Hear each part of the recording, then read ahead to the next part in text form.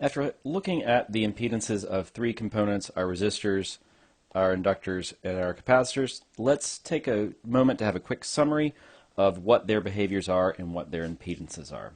So in our initial analysis, we found that the impedance of a resistor in an AC circuit, its value is simply its resistance, and that it has no frequency component. So the impact of the resistor does not change based upon the frequency of the signals that are being applied to it.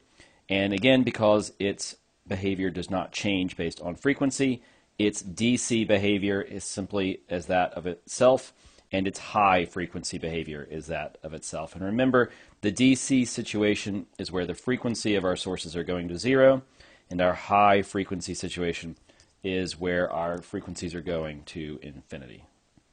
For our inductor, we found that its impedance was JWL, with J being the imaginary term, W being the frequency of the sources that are driving it, and L being its natural inductance.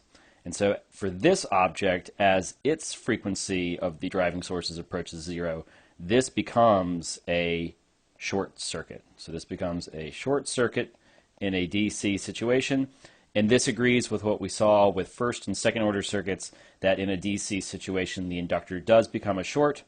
In a high frequency situation, however, the inductor becomes an open circuit. So at very high frequencies, the inductor is resisting a lot of changes, and so it resists them so much that it becomes an open circuit. Finally, for our capacitor, it had a slightly more complex behavior, but it had an imaginary term, the frequency, and the capacitance. So this is sort of the inverse behavior of the inductor, in that in the DC situation, our capacitor becomes an open circuit. And again, this confirms what we knew from first and second order analysis. But then in a high frequency situation, it does become a short circuit. So what this is going to end up meaning is that the behavior of these two components, as our circuits change, their general behavior changes based solely on the frequency. And for the next couple lectures, we're not going to worry about that too much, just to note that they do change.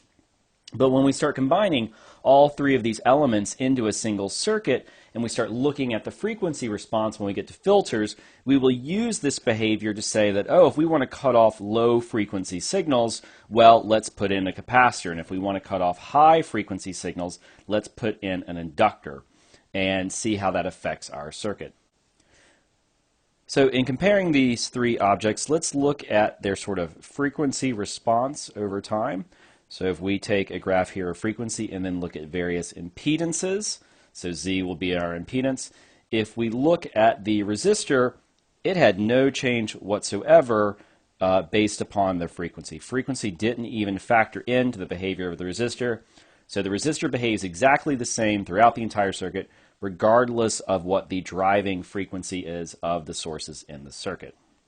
Now, our inductor was a little bit different in that it had a linear response. That greater the frequency of the driving sources, the greater the impedance of the inductor.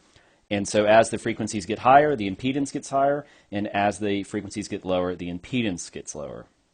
And our final component was that of the capacitor, and it had interesting behavior sort of at both ends, that in the low frequency condition it had a very high impedance, and that at the high frequency condition it also had a very low impedance. So it restricts low frequency signals and emits and permits high frequency signals. So there's lots of ways to think about these impedances. There's mathematical expressions which might be more useful.